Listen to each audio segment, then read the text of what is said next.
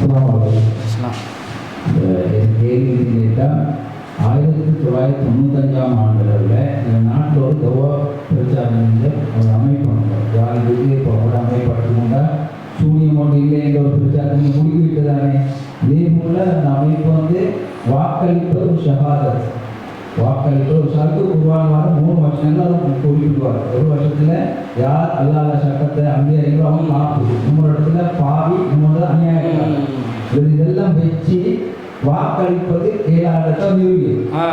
நீங்க சூனியம் விஜயை எப்படி நிறுவியோ அவர் ஒரு நிறுத்தல நிறுவிய அப்ப அந்த வசனங்களை வச்சு அவர் வாக்களிப்பது பொதுவாக இந்த நாட்டை பொறுத்த வரைக்கும் நாங்கள் எங்கள் மார்க்க ரீதியாக எதெல்லாம் கூடாதோ பிரச்சாரமோ மதுவோ எல்லாம் லைஃபை கொடுத்து அங்கீகாரத்தோடு செய்யுது. இதுக்கு நாம் வாக்களித்தா அந்த குற்றத்துக்கு உருவாக்கப்படுத்தி ஆளாகுதான். அதாவது என்ன கேட்குறாருன்னா, இந்த வாக்களித்தல் இருக்குதே அது மார்க்கத்தில் சிறுக்காகுமா, ஜனநாயகம் சிறுக்காகுமா என்று கேட்குறாங்க. அதாவது குர்ஆனில் சில வசனங்கள் வருது, ஃபமல்லம் யஹ்கும் பிமா அன்ஸலல்லாஹி ஃபஉலாயிக ஹுமுல் காஃபிரூன். யார் அல்லாஹ் அருளியதை கொண்டு தீர்ப்பளிக்கவில்லையோ அவர்கள் காஃபிர்கள் என்று வருது. இன்னொரு வசனம் வருது, ஃபமல்லம் யஹ்கும் பிமா அன்ஸலல்லாஹி ஃபஉலாயிக ஹுமுல் ஃபாசிகூன்.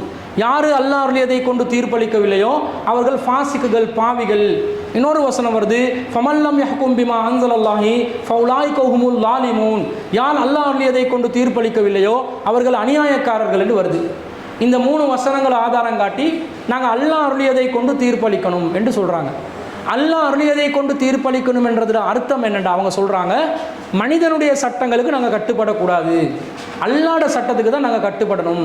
மனிதர்களுடைய சட்டங்களுக்கு நாங்கள் கட்டுப்பட்டோம் வேண்டாம், நாங்கள் அல்லாஹ்க்கு இணை கற்பிச்சிட்டோம், காஃபிர் ஆகிட்டோம், பாவி ஆகிட்டோம் என்று சொல்கிறாங்க. அந்த வகையில் தான் மனிதர்கள் சட்டம் இயற்றக்கூடிய பாராளுமன்றத்துக்கு நாங்கள் அவங்களை தெரிவு செஞ்சு அனுப்பினோம் வேண்டாம், அது சிறுக்காகிரும். அந்த சிறுக்கை நாங்கள் எப்படி ஆதரிப்பது என்று கேட்குறாங்க. முதல்ல நீங்கள் ஒன்று புரிஞ்சுக்கொள்ளணும், இந்த செய்திகள் எதுவுமே மனிதர்கள் உருவாக்குற சட்டத்தை தடை செஞ்சு வந்த குர்ஆன் வசனங்களே இல்லை.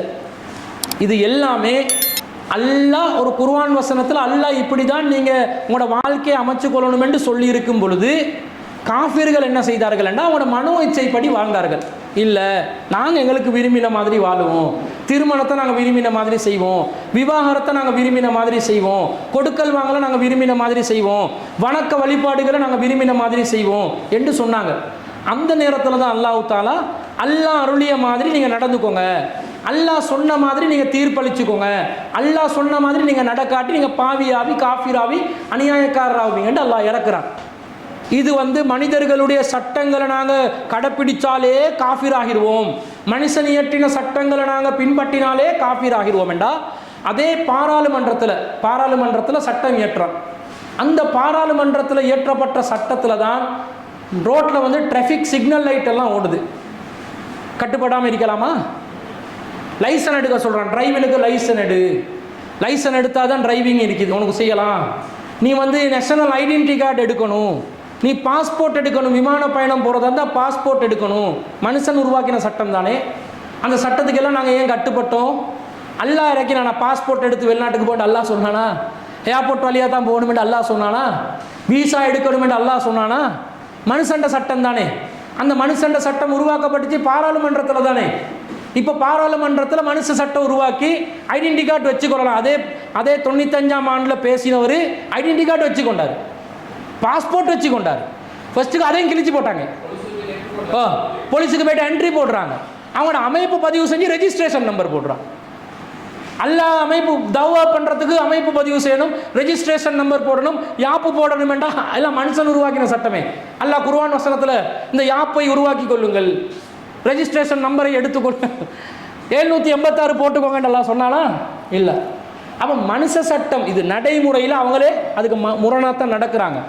மனுஷண்ட சட்டங்களுக்கு நாங்கள் கட்டுப்படுறது மார்க்க ரீதியாக தப்பு இல்லை, அது தாராளமாக நாங்கள் ஏற்றுக்கொள்ளலாம். அதுக்கு நிறைய வசனங்கள் இருக்குது. ஒரு முக்கியமான விஷயம் என்னென்னு சொன்னால், அல்லாஹ் தஆலா இந்த குடும்ப பஞ்சாயத்து சம்பந்தமாக சொல்லுவான். சொல்லும்போது அவங்க மத்தியில் நீங்கள் இணைப்பை ஏற்படுத்துங்க.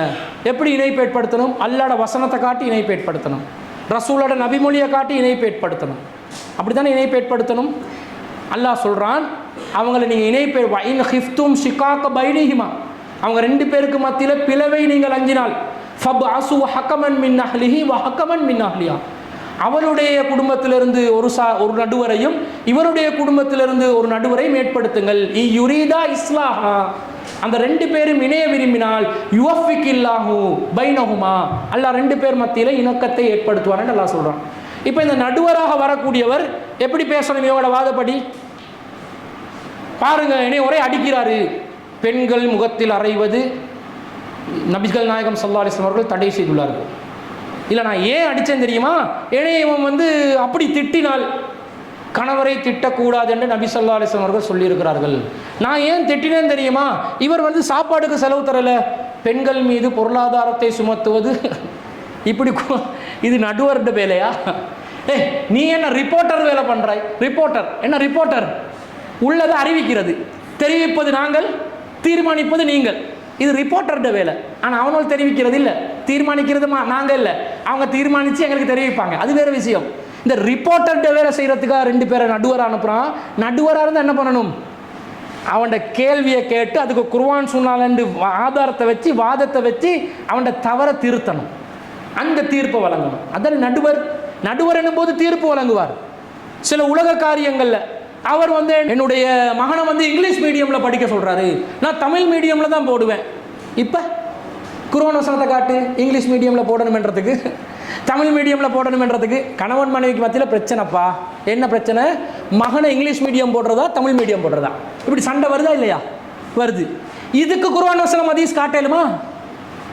செலவுக்கு காட்டினீங்க, கன்னத்தில் அரைஞ்சதுக்கு காட்டினீங்க, பொறுப்பு இல்லாமல் நடக்கிறதுக்கு காட்டினீங்க, அவர் ஒரு பொம்பளை விஷயத்தில் வீக்காக இருக்கிறார் அதுக்கு கண்டனத்துக்கு காட்டினீங்க. இங்கிலீஷ் மீடியம் தமிழ் மீடியத்துக்கு குர்ஆன் வசனம் எப்படி காட்டுறது? காட்ட இயலா. எப்படி காட்டணும்? உலகத்தில் உள்ள நியாயங்களை தான் சொல்லணும். தாய்மொழி தமிழ் மொழி, தாய்மொழி ஒரு தாய்மொழியில் படித்தாதான் அந்த குழந்தை கல்வியை சீக்கிரமாக கிரகிச்சு கொள்ளும். ஆங்கில மொழி ஒரு இன்டர்நேஷ்னல் லாங்குவேஜ், அதை எக்ஸ்ட்ராவாக படித்து கொள்ளலாம். நமக்கு இந்த போட்டி மனப்பான்மையோடு பார்க்கும் பொழுது நாங்கள் தாய்மொழியிலிருந்து அந்த பிள்ளையை வளர்கிற மொழியில் படித்தா நல்லதுன்னு ஒரு சில நியாயங்கள் எடுத்து சொல்லலாம். அல்லது அவள் இங்கிலீஷில் படிக்கிறதுக்கு தாய்மொழி தானுங்க புள்ள படிக்கணும், எனக்கு தெரிஞ்ச மொழி இங்கிலீஷ் தானேண்டுவா. எனக்கு தமிழன் தெரியா, ஆனா ஆவண்ணாவும் தெரியா, அயண்ணா ஆயண்ணையும் தெரியா, ஆபாத்தாவும் தெரியா, எனக்கு இங்கிலீஷ் தான் ஏபிசிடி தான் தெரியும். அப்போ தாய்மொழி அது தானே. நியாயங்கள் எதுன்னு பார்க்கணுமா இல்லையா? அப்போ அவர் தான் நடுவர். அப்போ நடுவரை தீர்மானிக்க சொல்கிறான். இது ஒன்று, இது மனுஷண்ட சட்டம் தானே, அல்லாஹ் அதுக்கு அங்கீகாரம் கொடுக்குறான் தானே. இது எல்லாத்தையும் விட யூசுப் அலைஹிஸ்ஸலாம் தன்னுடைய தம்பியை தன்னோட வச்சுக்கொள்ளணும். தம்பி திருடலை. சகோதரன்மார்களுடைய அந்த நெல்லு பையில், தானிய பையில் அளவு பாத்திரத்தை இவர் களவாக வைக்கிறாரு. ஆனால் இவருக்கு களவெடுத்தது தன்னுடைய தம்பியுடைய பையில் வைக்கிறாரு. தம்பியை தக்க வச்சுக்கொள்ளணும். திருடர்கள் என்று அறிவிப்பு செய்யப்படுது. எல்லாரும் விசாரணைக்கு உட்படுத்தப்படுறாங்க. சோதனை நடக்குது. தம்பியிட பையில் அளவு பாத்திரம் இருக்குது. யூசுப் அலைஹிஸ்ஸலாம் ஒரு மன்னனுடைய ஆட்சியில் இருந்தார். அந்த மன்னனுடைய ஆட்சியோட சட்டத்தின் பிரகாரம் களவெடுத்தவரை தக்க வைக்க முடியாது, தக்க வைக்க இயலாம். உடனடியாக தண்டனை கொடுத்துடணும் அல்லது வேற என்னமோ ஒன்று நடத்தணும். அவரை ரிமாண்ட் பண்ண இயலாது. ரிமாண்ட் பண்ண ஒரு இடத்துல சிறையில் போட்டு வைக்க இயலாம். யூசுப் அலைஹிஸ்ஸலாம் என்ன செய்கிறார் தெரியுமா? மன்னருடைய சட்டத்தின்படி தன்னுடைய சகோதரனை தக்க வைத்து கொள்ள முடியாததனால அல்லாஹ் சொல்றான், மன்னனுடைய சட்டத்தின்படி ஃபீ தீனில் மலிக்கி, மன்னனுடைய சட்டத்தின்படி தக்க வைத்து கொள்ள முடியாததனால அந்த நபர்களிடம் கேட்கிறார்கள். திருட்டு பட்டம் போட்ட அவங்கக்கிட்ட கேட்குறாங்க, உங்கள் நாட்டில் என்ன சட்டம்? அவங்க சொல்கிறாங்க, எங்களோட நாட்டில் திருடினவனை நாங்கள் தடுத்து நிறுத்தி வைத்து கொள்ள வேண்டும். அவர் அதை தெரிஞ்சு தான் என்ன செய்கிறாரு? அந்த ஹிக்மத்தை போடுறாரு. அப்படியா? அப்போ தம்பியை வச்சுட்டு போங்க, யாருடைய பையில் நாங்கள் பாத்திரத்தை கண்டமோ அவரை நாங்கள் வச்சு கொள்வோம், அவரைத்தான் நாங்கள் தண்டிப்போம் என்று சொல்லி தம்பியை பிடிச்சி கொண்டார். ஆனால் முன்கூட்டியே தம்பியோடு இதை பேசிக்கொள்கிறாரு. உன்னை நான் இப்படி பிடிச்சி வச்சுக்கொள்வேன், நீனும் ஓம்பட்டு வரணும். இதில் எவ்வளோ விஷயம் வருது. மன்னனுடைய சட்டம் பிரகாரம் தம்பியை, தனது சகோதரனை அவரால் தடுத்து நிறுத்த முடியவில்லை என்று அல்லாஹ் சொல்கிறான். என்ன அர்த்தம்? மன்னனுடைய சட்டம் பிரகாரம் தனது சகோதரனை தடுத்து நிறுத்தி கொள்ள முடியும் என்றால் கண்டிப்பாக யூசுப் நபி அலைஹிஸ்ஸலாம் அவர்கள் அந்த சட்டத்தை போட்டு தம்பியை வச்சிருப்பார். அதாவது என்ன அர்த்தம்? காஃபிர் மன்னனுடைய சட்டத்தை யூசுப் நபி ஏற்று அமுல்படுத்தி இருப்பார் இல்லையா? எவ்வளவு தெளிவான ஆதாரம். அதுக்கு முடியாததுனால தான் உங்கள் சட்டம் என்னன்னு கேட்குறார். அவர் என்ன கேட்கல தெரியுமா? திருடினவனுக்கு அல்லாஹ் சொன்ன சட்டம் என்ன, திருடினவனுக்கு உங்களோட நபி சொன்ன சட்டம் என்ன, நானும் நபியாக நான் திருடினத்துக்கு அல்லாஹ்விடத்தில் வஹி மூலம் பெற்று கொடுக்கின்ற சட்டம் என்ன? யூசுப் நபி பேசவில்லை. காரணம், நபியின் சட்டம் எப்ப அமுலுக்கு வரும் என்றால், அல்லாஹ்வின் சட்டம் எப்ப அமுலுக்கு வரும் என்றால் ஆட்சி அதிகாரம் முழுவதும் கையில் வர வேண்டும். யூசுப் நபி அந்த முஸ்லிம் அல்லாத காஃபிர் மன்னனுடைய அரச அவையில் ஒரு மந்திரியாக மாத்திரம்தான் செயல்பட்டார். அவர் மன்னர் கிடையாது. ஃபமல்லம் யஹ்கும் பிமா அன்ஸலல்லாஹ் ஃபஉலாயிக ஹுமுல் காஃபிரூன். யார் அல்லாஹ் அருளியதை கொண்டு தீர்ப்பளிக்கவில்லையோ அவர்கள் காஃபிர்கள் என்றால், யூசுப் நபி அலைஹிஸ்ஸலாம் அவர்கள் தீர்ப்பளித்தது யாருடைய சட்டத்தின் பிரகாரம்? அல்லாஹ்வின் சட்டத்தின் பிரகாரமா, மன்னரின் சட்டத்தின் பிரகாரமா? மன்னரின் சட்டத்தில் தடுக்க முடியாததனால அந்த மக்களுடைய சட்டத்தின் பிரகாரமா? இதை விட என்ன ஆதாரம் வேணும்? அந்த நவீன ஜனநாயகம் இணை வைத்தல் என்று யார் சொல்கிறார்களோ அவர்களுடன் நாங்கள் விவாதிக்க தயார். விஷயம் முடிஞ்சா?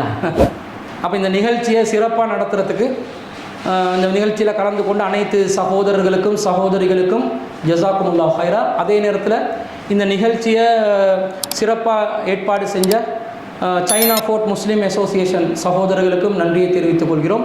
உங்களுடைய இந்த தாவா பணிகள் தொடர்ச்சியாக இன்ஷா அல்லாஹ் குர்ஆன் ஹதீஸ் அடிப்படையிலே, தூய வஹியை மாத்திரம் பின்பற்றக்கூடிய அடிப்படையிலே தொடர்ச்சியாக முன்னெடுத்து செல்வதற்கு வல்ல ரஹ்மான் அருள் புரிய வேண்டும் என்று சொல்லிக் கொள்வதோடு, தொடர்ச்சியாக இது போன்ற நிகழ்ச்சிகள் நடைபெறும். அந்த நிகழ்ச்சிகளுக்கு நீங்கள் அனைவரும் இது போன்று சந்தோஷத்துடன் உற்சாகத்துடன் கலந்து கொண்டு அல்லாஹ்வின் மார்க்கத்தை நிலைநிறுத்தும் இந்த மகத்தான பணியில் நம்முடன் கைகோர்த்து கொண்டு ஒன்றாக பயணிக்குமாறு அன்பாய் கேட்டுக்கொண்டு விடை பெறுகிறோம். வாஹிர் தாவானா அல்ஹம்துலில்லாஹி ரப்பில் ஆலமீன்.